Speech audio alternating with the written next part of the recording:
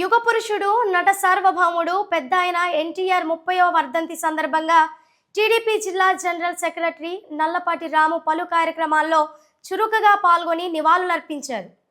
రొంపిచెర్ల మండలం గోగులపాడులో అల్లూరి సుధాకర్ ఆధ్వర్యంలో నిర్వహించిన ఎన్టీఆర్ వర్ధంతి కార్యక్రమంలో పాల్గొని పూలమాలలు వేసి నివాళులర్పించి గ్రామస్తుల కోసం ఏర్పాటు చేసిన వైద్య శిబిరాన్ని ప్రారంభించారు. గ్రామస్తులు భారీగా పాల్గొని అన్న ఎన్టీఆర్ ని స్మరించుకున్నారు.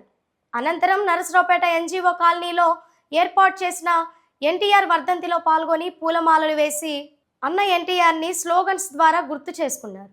కాలనీలో ఏర్పాటు చేసిన అన్నదానంలో పాల్గొని అన్న పేరు మీద భోజనం వితరణ చేశారు.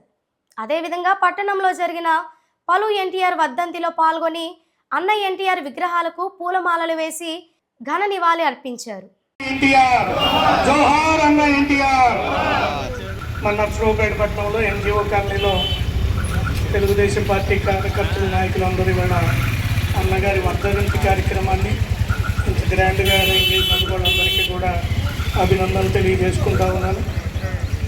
82లో ఉన్నటువంటి పరిస్థితులు, ఒక వర్గం వారే అన్ని కులాలని అన్నింటినీ తొక్కేసుకుంటా పేదవారికి పక్కా గృహాలు లేకుండా వాళ్ళని అణిగి తొక్కి పెట్టి ఉంచినటువంటి పరిస్థితి.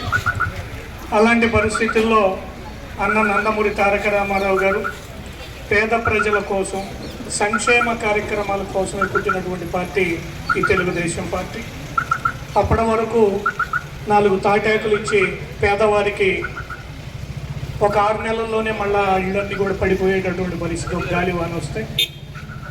అలా కాకుండా పేదవాళ్ళంతా కూడా రైతులతో సమానంగా అగ్రకులాల వాళ్ళతో సమానంగా స్లాబ్ వేసినటువంటి ఇళ్లలో, ఆర్సీసీ స్లాబ్లు వేసినటువంటి ఇళ్లలో పక్కా గృహాల్లో ఉన్నాడు అనేటువంటి ఉద్దేశంతో ఆ రోజు పక్కా గృహాలు భారతదేశంలోనే మొట్టమొదటిసారి ఈ ఆంధ్రప్రదేశ్ రాష్ట్రంలో కల్పించడం జరిగింది. అలాగనే పేదవారందరికీ కూడా కిలో 2 రూపాయలకు బియ్యం ఇవ్వటం జరిగింది. అలాగనే రైతులందరికీ కూడా హార్స్ పవర్ 50 రూపాయలకి ఆ రోజున రైతులందరికీ కూడా ఇవ్వటం జరిగింది. ఎన్నో సంక్షేమ కార్యక్రమాలు, భారతదేశంలో సంక్షేమ కార్యక్రమాల కోసమే పుట్టినటువంటి పార్టీ అన్న నందమూరి తారక రామారావు గారి ఆధ్వర్యంలోని తెలుగుదేశం పార్టీ.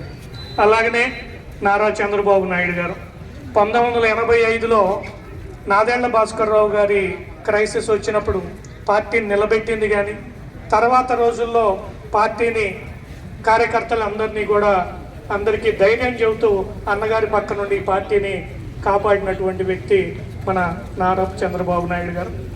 అన్నగారి తర్వాత ఈ పార్టీ ఏమైపోద్దాం అనుకుంటున్నటువంటి పరిస్థితుల్లో నేనున్నానంటూ ఆయన వచ్చి ఇవాళ పార్టీని కాపాడుతా పార్టీలో కార్యకర్తలందరికీ కూడా గత 5 సంవత్సరాల్లో మనం చూసుకున్నట్టయితే ఒక రాక్షస ప్రభుత్వం ఈ రాష్ట్రంలో రాజ్యాన్ని వెళ్తూ ఉన్నటువంటి పరిస్థితుల్లో మన యువనేత నారా లోకేష్ గారు యువగళం పాదయాత్ర పేరుతో ఈ రాష్ట్రంలో ఉన్నటువంటి ప్రజలందరికీ కూడా ధైర్యం చెప్తూ పాదయాత్రను కొనసాగించినటువంటి పరిస్థితి.